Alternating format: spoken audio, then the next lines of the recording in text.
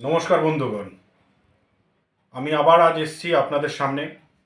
আমি বলেছিলাম যে প্রত্যেক দিন ঠিক এই বিকেল 5টার সময় আমি আসব এবং প্রতিবাদী ভাস্কর তার কথা বলবে।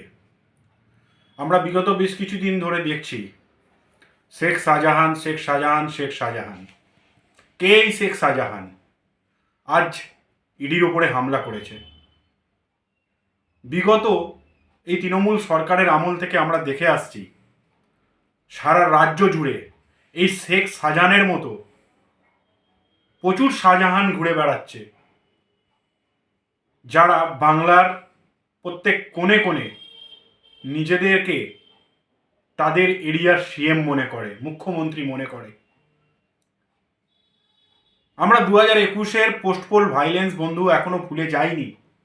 মিনাখা, সুন্দরবনের বিভিন্ন প্রত্যন্ত গ্রাম এলাকা, যেখানে এই শাহজাহানের মতো এরকম বহুত শাহজাহান তপশিলি ভাই বোনদের উপরে অত্যাচার চালিয়েছে এবং নৃশংসভাবে হত্যার লীলা চালিয়েছে, তপশিলি বোনদের উপরে নির্যাতন চালিয়েছে।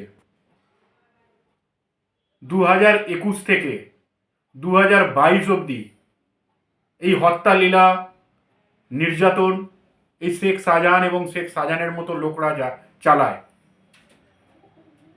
আজকের বিগত বেশ কিছুদিন হয়ে গেল শেখ শাহজাহান উধাও।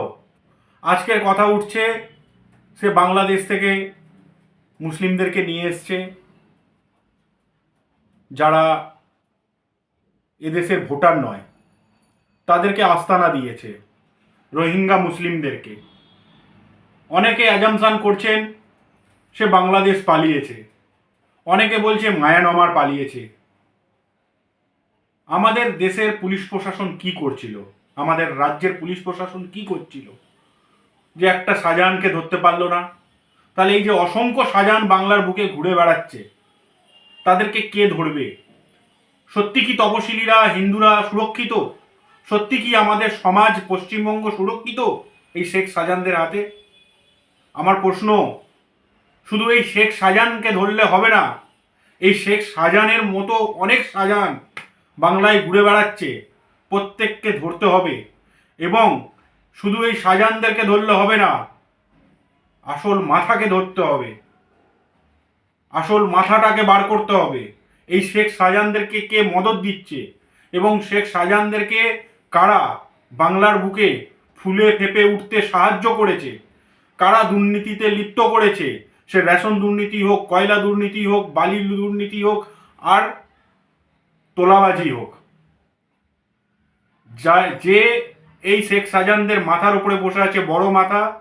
আমি ইডি, সিবিআই এবং আমাদের দেশের স্বতন্ত্র এই সংস্থাগুলোকে বলবো যে এই শেখ শাহজাহানের মতো লোকগুলোকে তাড়াতাড়ি ধরা হোক, এবং শুধু শেখ শাহজাহানকে নয়, এই শেখ শাহজাহানদের ওপরে কারা বড় মাথা আছে তাদেরকেও ধরা হোক। না হলে বাংলার অশান্তি কোনোদিনই থামবে না। বাংলার সাধারণ মানুষ, শুধু হিন্দু নয়, সাধারণ মুসলিম, আমার মুসলিম ভাই বোনরাও সুরক্ষিত নয়। এবং বিশেষ করে এই শেখ শাহজাহানের মতো লোকদের হাতে আমার তপশিলি ভাই বোনরা সুরক্ষিত নয়। আমি প্রশাসনের কাছে এবং আমাদের পশ্চিমবঙ্গের বিশিষ্ট আইন ব্যবস্থার কাছে আমি অনুরোধ জানাবো, এই শেখ শাহজাহানের মতো লোকদেরকে খুব তাড়াতাড়ি ধরা হোক এবং এই শেখ শাহজাহানের মতো লোকেদেরকে, যে বড় মাথা, মাথায় হাত দিয়ে সাহায্য চালিয়ে গেছে এবং ফুলে ফেঁপে উঠতে এদেরকে সাহায্য জুগিয়েছে, আগে সেই বড় মাথাকেও ধরা হোক। কান ধরলে মাথা আসবে, কান সবে ধরা পড়েছে। আমি অনুরোধ করব আপনারা মাথাটাকেও ধরুন। বন্ধুগণ, আপনারা সবাই মিলে আওয়াজ তুলুন, যাতে এই ধরনের শেখ শাহজাহানের মতো লোকেরা তাড়াতাড়ি ধরা পড়ে।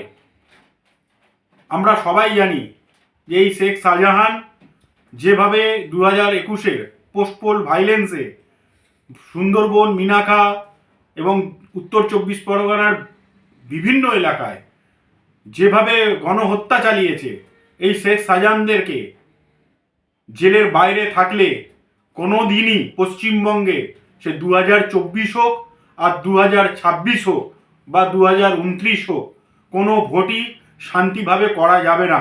আপনাদের কাছে আমি অনুরোধ করলাম এবং আমাদের পুলিশ এবং আইন ব্যবস্থাকে আমি সম্মান জানিয়ে অনুরোধ করলাম, আপনারা এই শেখ শাহজাহানের মতো লোকদেরকে তাড়াতাড়ি অ্যারেস্ট করুন।